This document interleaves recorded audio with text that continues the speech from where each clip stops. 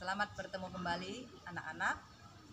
Kali ini kita akan mendalami materi pelajaran tentang sifat-sifat gereja.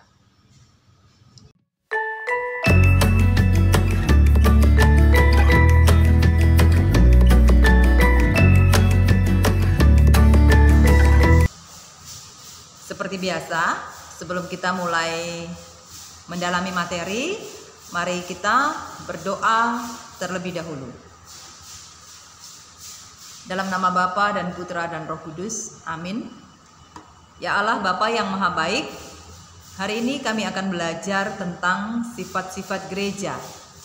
Berkatilah dan bimbinglah kami, agar kami dapat memahami makna yang terkandung dalam sifat-sifat gerejamu sesuai dengan kehendak-Mu.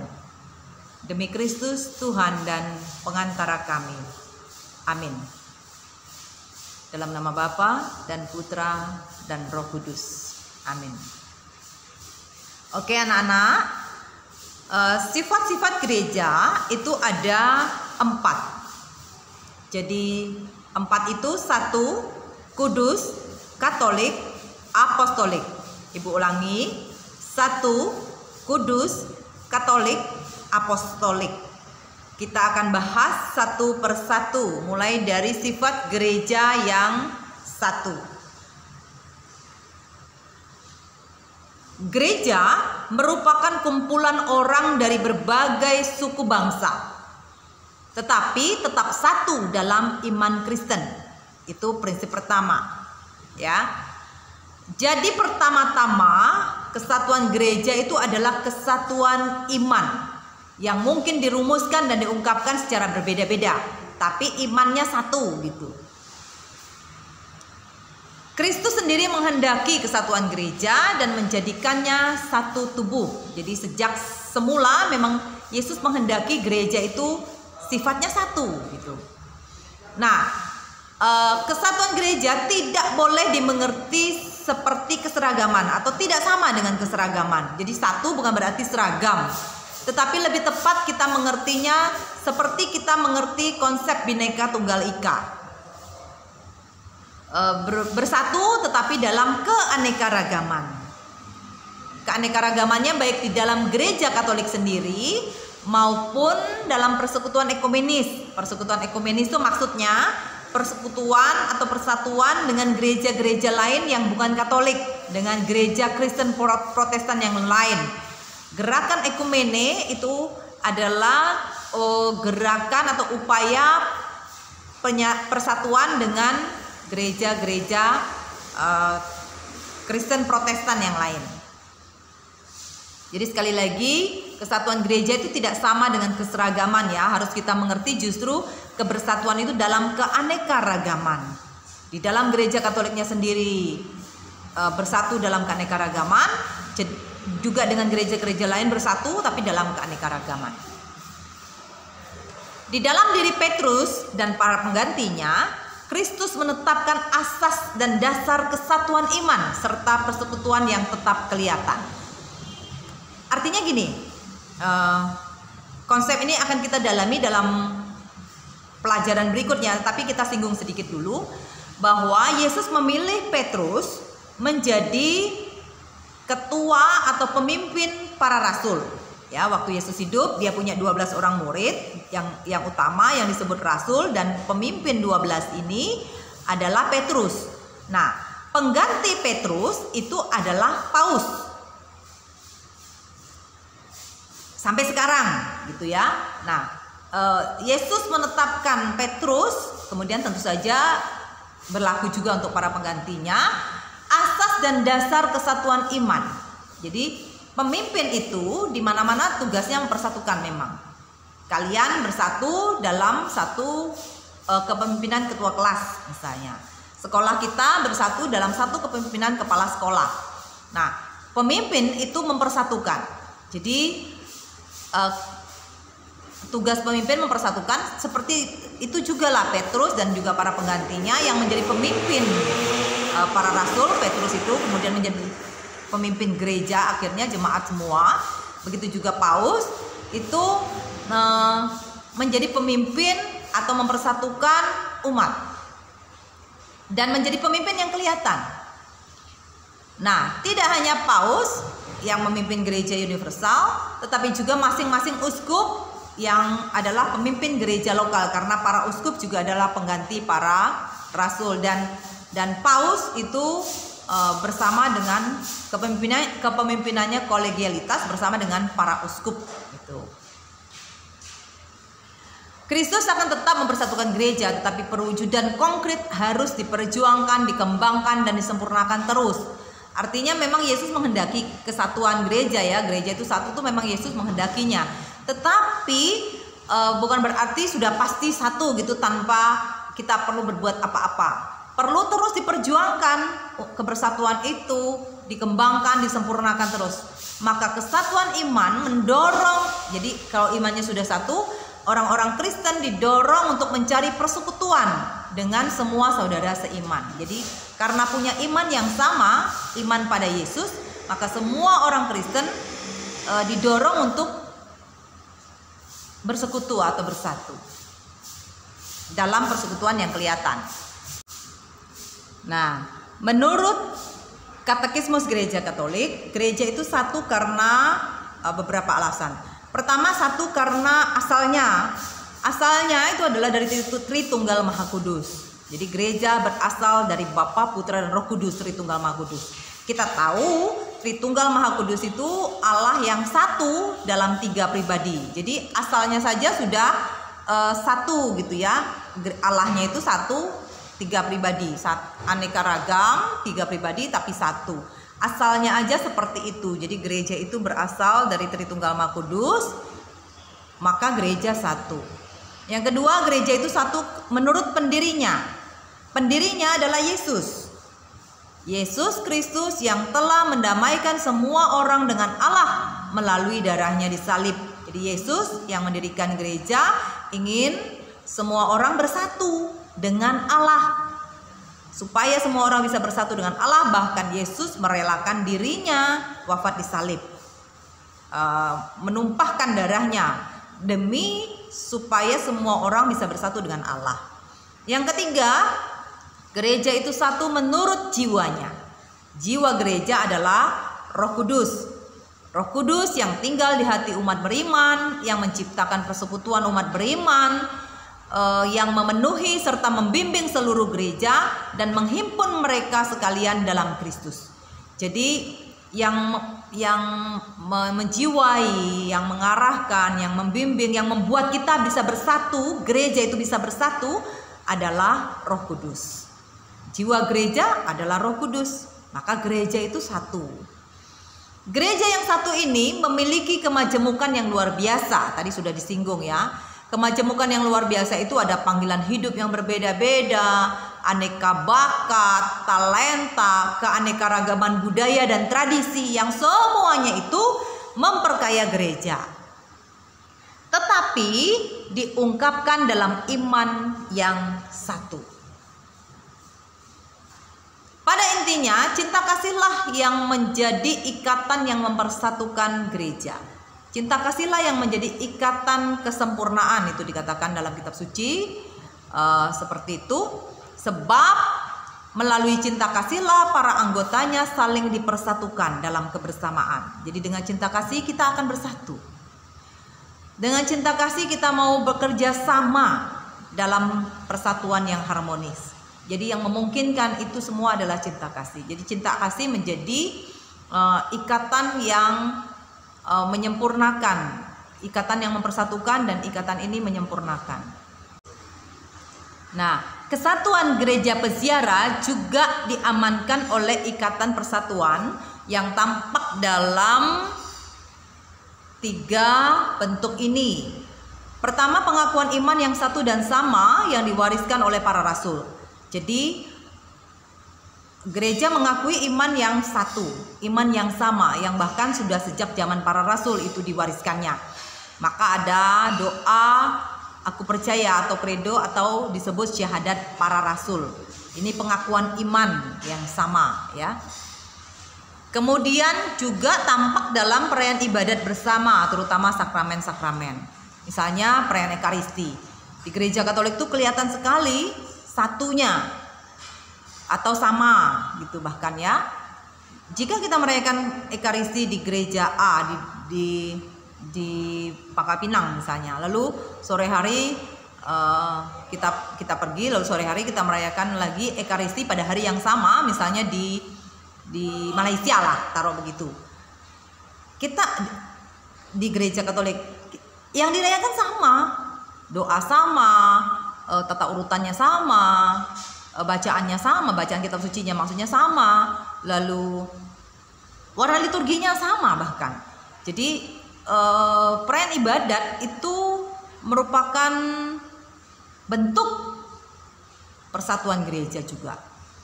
Lalu yang ketiga adalah suksesi apostolik melalui sakramen tahbisan suci. Suksesi apostolik itu maksudnya kesinambungan jabatan dari para rasul sampai sekarang itu, yaitu yang dijabat oleh para hierarki. Jabatan itu oleh hierarki ya, hierarki gereja, paus dan para uskup, lalu juga imam dan diakon. Mereka ini menerima sakramen tahbisan suci, menjadi pemimpin gereja. Pemimpin itu di mana-mana adalah pemersatu. Kalian misalnya ya, di satu kelas bersatu di bawah kepemimpinan ketua kelas. Coba kalau ketua kelasnya ada 2 orang, pasti kalian nggak bersatu karena ada sebagian berpihak pada si A, ada sebagian pada si B. Kita sekolah bersatu di bawah kepemimpinan kepala sekolah. Pemimpin itu mempersatukan. Begitu juga di dalam gereja. Singkatnya, gereja yang satu itu terungkap dalam kesatuan iman para anggotanya. Tadi ya, satu imannya. Ini merupakan kesatuan yang dinamis. Iman itu adalah prinsip kesatuan batiniah gereja, ya, prinsip kesatuan batin gereja, kesatuan secara batin. Lalu yang kedua, kesatuan dalam pimpinan atau hierarki. Tadi Ibu sudah jelaskan, di mana-mana pemimpin itu mempersatukan memang. Hierarki dilihat sebagai prinsip kesatuan lahiriah gereja. Jadi gereja bersatu secara lahir di bawah kepemimpinan hierarki. Lalu ekspresinya tadi, ungkapan simbolisnya, kesatuan dalam kebaktian dan kehidupan sakramental. Jadi ungkapan kebersatuan itu ditunjukkan dengan misalnya perayaan sakramen-sakramen atau perayaan ibadat yang satu dan sama. Nah, lalu bagaimana kita memperjuangkan kesatuan gereja ini? Kita lihat 2 bagian. Pertama, persatuan ke dalam gereja Katolik sendiri, lalu persatuan gereja Katolik dengan gereja-gereja lain yang bukan Katolik. Bagaimana mengusahakannya? Pertama, menguatkan persatuan ke dalam. Caranya adalah aktif berpartisipasi dalam kehidupan bergereja. Maksudnya gereja itu kalau satu, anggotanya kan banyak. Nah, anggota yang banyak ini kalau tidak mau aktif dalam kehidupan gereja, tentu saja tidak bisa menunjukkan bahwa gereja itu satu kalau semua sendiri-sendiri gitu kan. Jadi aktif dalam kehidupan gereja menunjukkan bahwa gereja itu satu. Setia dan taat pada persekutuan umat, hierarki dan seterusnya. Jadi kita setia pada persekutuan umat ini, setia pada hierarki yang mempersatukan sebagai pemimpin. Lalu dengan gereja lain atau antar gereja, cara yang bisa dilakukan lebih bersifat jujur dan terbuka satu sama lain, melihat kesamaan daripada perbedaan. Karena kalau kita lihat perbedaan, ya nggak bersatu-satu nanti jadinya, berselisih terus. Maka yang dilihat adalah kesamaan. Yang kedua, mengadakan berbagai kegiatan sosial dan peribadatan bersama. Misalnya ada perayaan Natal Ekumene. Jadi gereja-gereja, orang-orang dari berbagai macam gereja Katolik dan gereja Protestan yang macam-macam itu berkumpul dan merayakan Natal bersama misalnya. Nah, itu kan menunjukkan gereja itu satu. Atau juga dalam kegiatan sosial yang lain. Ini cara memperjuangkan kesatuan gereja. Jadi gereja itu memang satu, dikehendaki oleh Yesus, tapi kesatuan itu harus terus-menerus diperjuangkan, tidak sekali jadi. Nah, lalu kita lihat sifat yang kedua, gereja yang kudus. Sifat gereja yang kedua adalah kudus. Kata kudus mengungkapkan suatu sikap dasar kata ini mengandung arti yang dikhususkan bagi Tuhan. Jadi ada barang, ada tempat, ada waktu, dan seluruh bidang keagamaan yang dikhususkan bagi Tuhan itu kudus. Jadi ada barang kudus, ada tempat kudus, ada waktu, ada juga orang ya kudus. Kudus bukan menyangkut penilaian moral, yaitu baik atau buruk kelakuan manusia, melainkan penilaian dari segi ilahi. Penilaian dari segi ilahi ini menekankan relasi khusus manusia beriman dan Allah. Maka setiap orang beriman hendaknya menjaga relasi itu supaya tetap bisa kudus. Karena sebenarnya yang kudus itu adalah Allah. Ketika manusia membangun relasi dengan Allah, dia bisa menjadi kudus. Sesuatu yang kudus itu adalah Allah. Ketika suatu barang atau tempat itu dikhususkan bagi Allah, dia menjadi kudus. Kristus sendiri sebenarnya yang menguduskan gerejanya. Kristus tinggal dalam gereja melalui rohnya. Kristus hadir dan bersemayam dalam gereja, dalam tubuh mistiknya, maka menjadi kudus karena Kristus yang menguduskan gereja sebenarnya. Kekudusan gereja jadinya adalah kekudusan Kristus sendiri. Gereja menerima rahmat kekudusan itu dari Kristus melalui imannya. Jadi Kristus yang menganugerahkan kekudusan itu ya. Karena gereja beriman pada Yesus, maka gereja menerima rahmat kekudusan itu.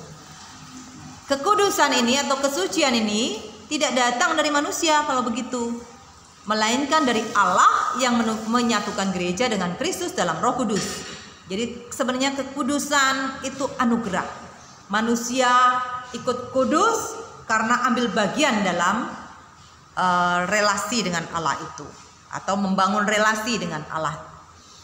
Maka ada tingkatan dalam relasi manusia dengan Allah. Ada yang dekat, ada yang kurang.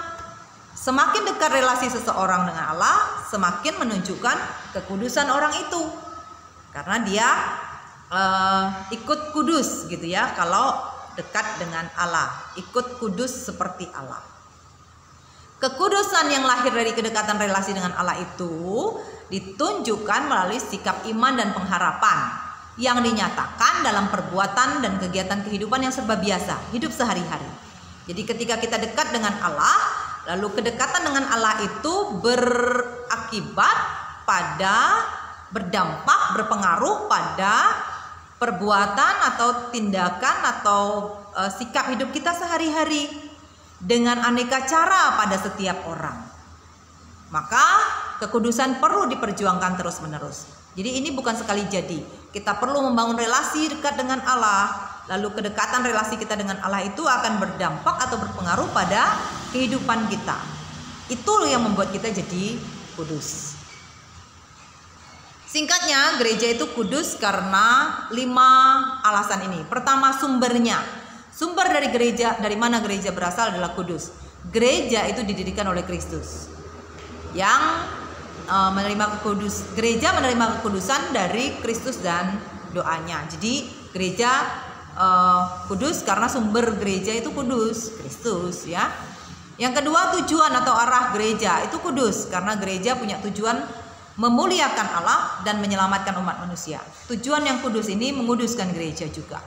Jiwa gereja kudus karena jiwa gereja adalah Roh Kudus. Yang keempat, unsur-unsur ilahi yang otentik di dalam gereja itu kudus. Misalnya ajaran-ajaran dan sakramen-sakramen itu kudus. Yang kelima, anggotanya.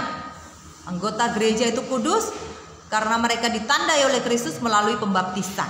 Jadi dengan dibaptis orang menjadi kudus, suci. Dia diserahkan kepada Kristus dan dipersatukan melalui iman, harapan, dan cinta yang kudus.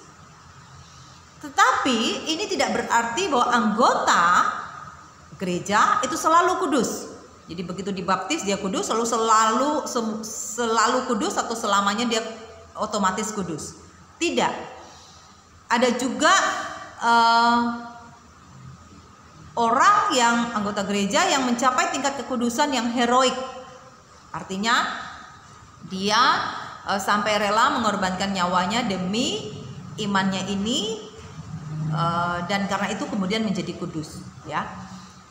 Maka hal-hal yang membuat gereja kudus ini tidak bisa sekali jadi, harus diperjuangkan terus-menerus. Begitu dibaptis, orang tidak otomatis selalu jadi kudus, ya harus terus berjuang untuk menjadi kudus. Ada orang-orang yang mencapai tingkat kekudusan tertentu yang heroik, yang dengan itu bahkan dia harus menyangkal dirinya, rela menyerahkan nyawanya sampai mati demi mempertahankan imannya. Itulah para martir misalnya, atau para santo santa yang lain yang menunjukkan imannya sedemikian rupa, dan itu perlu perjuangan. Jadi kekudusan tidak sekali jadi, perlu diperjuangkan. Caranya menyangkut kekudusan, anggota yang bisa kita lakukan adalah saling memberi kesaksian untuk hidup sebagai putra-putri Allah. Kita bisa belajar dari orang lain yang juga beriman yang sama untuk saling menguatkan. Jadi memberi kesaksian, menguatkan orang lain, atau kita dikuatkan oleh orang lain melalui cara mereka dalam hidup beriman seperti apa. Memperkenalkan anggota gereja yang sudah hidup secara heroik untuk mencapai tingkat kekudusan. Jadi tadi Ibu bilang ini para martir, para santo santa. Belajar dari hidup para martir dan santo santa yang pasti tadi Ibu bilang berjuang juga mereka untuk menjadi seperti itu dan lalu menjadi kudus. Belajar dari mereka, mengenal cara hidupnya dan tahu bagaimana mereka berjuang juga untuk menjadi kudus. Merenungkan dan mendalami kitab suci, khususnya ajaran dan hidup Yesus yang merupakan pedoman dan arah hidup bagi umat beriman, ya. Baca kitab suci, merenungkan ajaran Yesus apa, karena itu semua mengajarkan kita untuk hidup jadi kudus. Nah, yang ketiga, sifat gereja yang ketiga adalah gereja itu Katolik. Kata Katolik bukan berarti karena beragama Katolik ya maka sifatnya Katolik, bukan. Tapi kata Katolik itu sendiri berarti universal, umum, terbuka. Jadi gereja itu Katolik karena pertama bahwa gereja bisa hidup di tengah segala bangsa dan memperoleh warganya dari semua bangsa.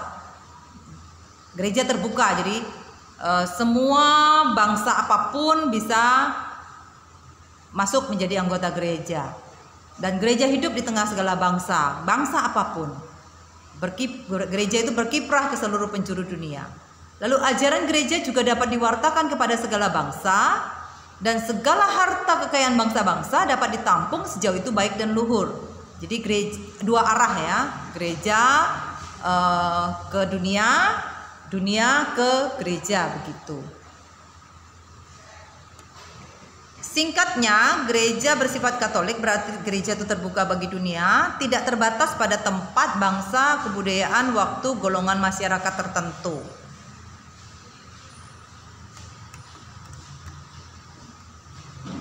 Gereja itu Katolik, bersifat Katolik berarti gereja dapat menjiwai seluruh dunia dengan semangatnya. Maka yang Katolik bukan gereja universal, gereja semesta, gereja sedunia itu sifatnya Katolik. Tetapi juga gereja lokal, gereja di wilayah ya, di keuskupan, bahkan lebih kecil lagi. Bahkan juga setiap anggotanya itu Katolik. Setiap anggota gereja juga bersifat Katolik, sebab dalam setiap anggota hadirlah seluruh gereja. Jadi gereja itu bukan lembaganya ya, Katolik itu bukan lembaganya saja ya.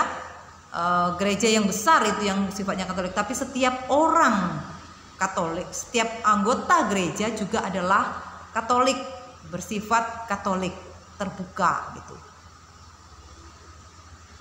Kekatolikan gereja tampak dalam bahwa gereja itu merangkum semua umat manusia serta segala kekayaannya, dan Kristus sebagai kepala. Tadi sudah kita singgung, semua umat dijadikan satu, bersatu gitu ya, dirangkum. Lalu Kristus menjadi kepala. Lalu rahmat dan keselamatan yang ditawarkannya, gereja itu Katolik, rahmat dan keselamatan yang ditawarkannya itu kepada semua orang, umum ya, terbuka untuk semua orang. Iman dan ajaran yang bersifat umum dapat diterima dan dihayati oleh siapapun. Jadi ajaran kekatolikan, ajaran nilai-nilai terutama ya, nilai-nilai kekatolikan itu sifatnya umum. Maka itu kekatolikan gereja ya, tampak dalam hal-hal itu. Kekatolikan gereja tidak berarti bahwa gereja meleburkan diri ke dalam dunia. Artinya gereja ada di tengah dunia lalu lebur di dalamnya. Dalam keterbukaan itu, gereja tetap mempertahankan identitas dirinya, jadi nggak lebur, nggak hilang gitu. Kekatolikan justru terbukti dengan kenyataan bahwa identitas gereja tidak tergantung pada bentuk lahiriah tertentu, melainkan suatu identitas yang dinamis, yang di mana-mana dia selalu dapat mempertahankan diri dalam segala situasi, dalam segala zaman, bagaimanapun bentuk pelaksanaannya. Gereja tetap bisa eksis, tetap dengan identitasnya, tetapi dia tetap bisa juga menyesuaikan diri dengan zaman. Nah, itu bukti sepanjang sejarah gereja, sudah 2000-an tahun usianya ini, gereja tetap masih bisa eksis ya, di tengah zaman apapun, dalam zaman apapun, ajaran-ajarannya tetap bisa aktual. Bagaimana memperjuangkan kekatolikan gereja supaya gereja itu Katolik, terbuka, umum, universal? Maka cara memperjuangkannya, anggota gereja terbuka dan menghormati kebudayaan, adat istiadat, agama bangsa manapun, ya, itu menunjukkan kekatolikannya. Bekerja sama dengan pihak manapun yang berkehendak baik untuk mewujudkan nilai-nilai luhur di dunia. Jadi mau kerjasama dengan siapa saja, menandakan keterbukaannya. Lalu juga selalu berusaha memprakarsai dan memperjuangkan suatu dunia yang lebih baik untuk umat manusia. Jadi orientasinya untuk semua orang ya, untuk semua umat manusia. Gereja itu terbuka. Lalu yang terakhir, memiliki jiwa besar dan terlibat penuh dalam kehidupan bermasyarakat sehingga dapat memberi kesaksian bahwa Katolik berarti terbuka untuk apa saja yang baik dan siapa saja yang berkehendak baik. Jadi mau terlibat dalam kehidupan masyarakat, itu tanda gereja itu Katolik. Sifat yang keempat adalah apostolik, dari kata apostolos, bahasa Yunaninya ya, rasul artinya, atau apostle bahasa Inggrisnya, rasul. Apostolik berarti berhubungan dengan para rasul.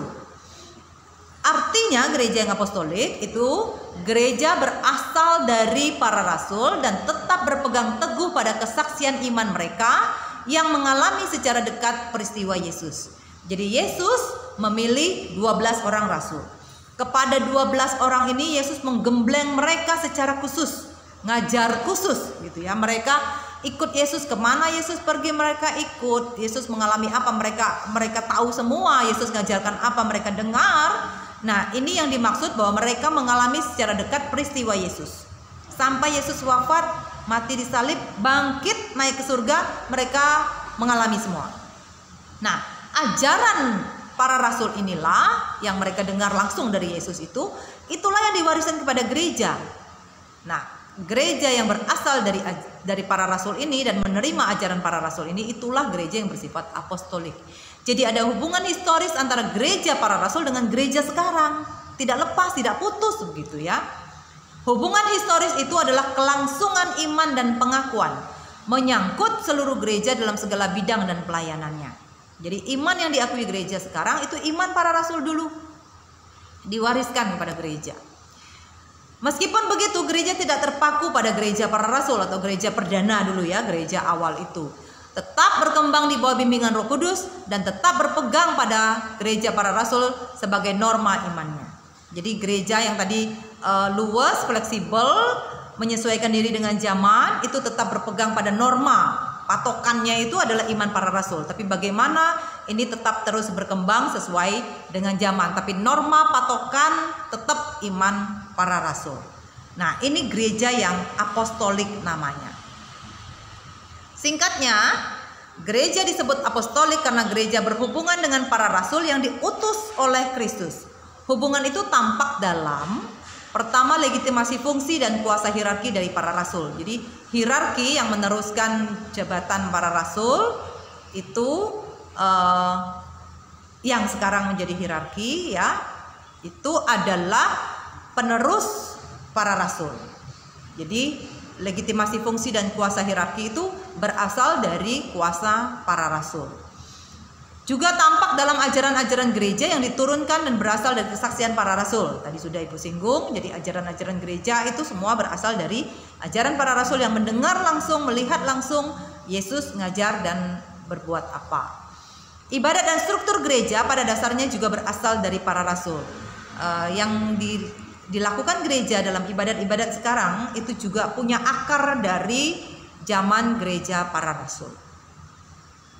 Bagaimana memperjuangkan keapostolikan gereja? Pertama, setia dan mempelajari Injil.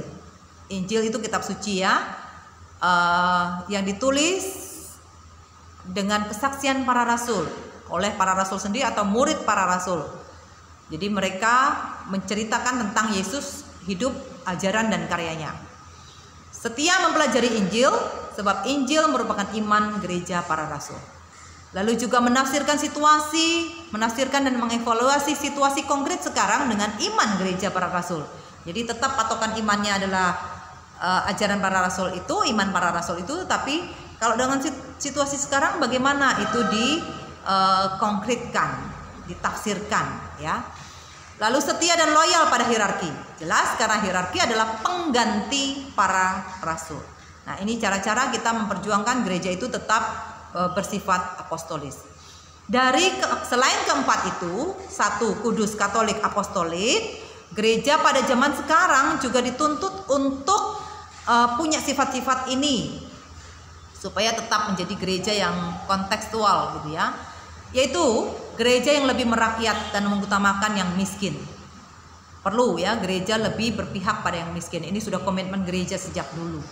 Gereja yang bersifat kenabian, jadi berani mewartakan yang benar, kebenaran dan keadilan. Itu para nabi seperti itu. Gereja yang membebaskan,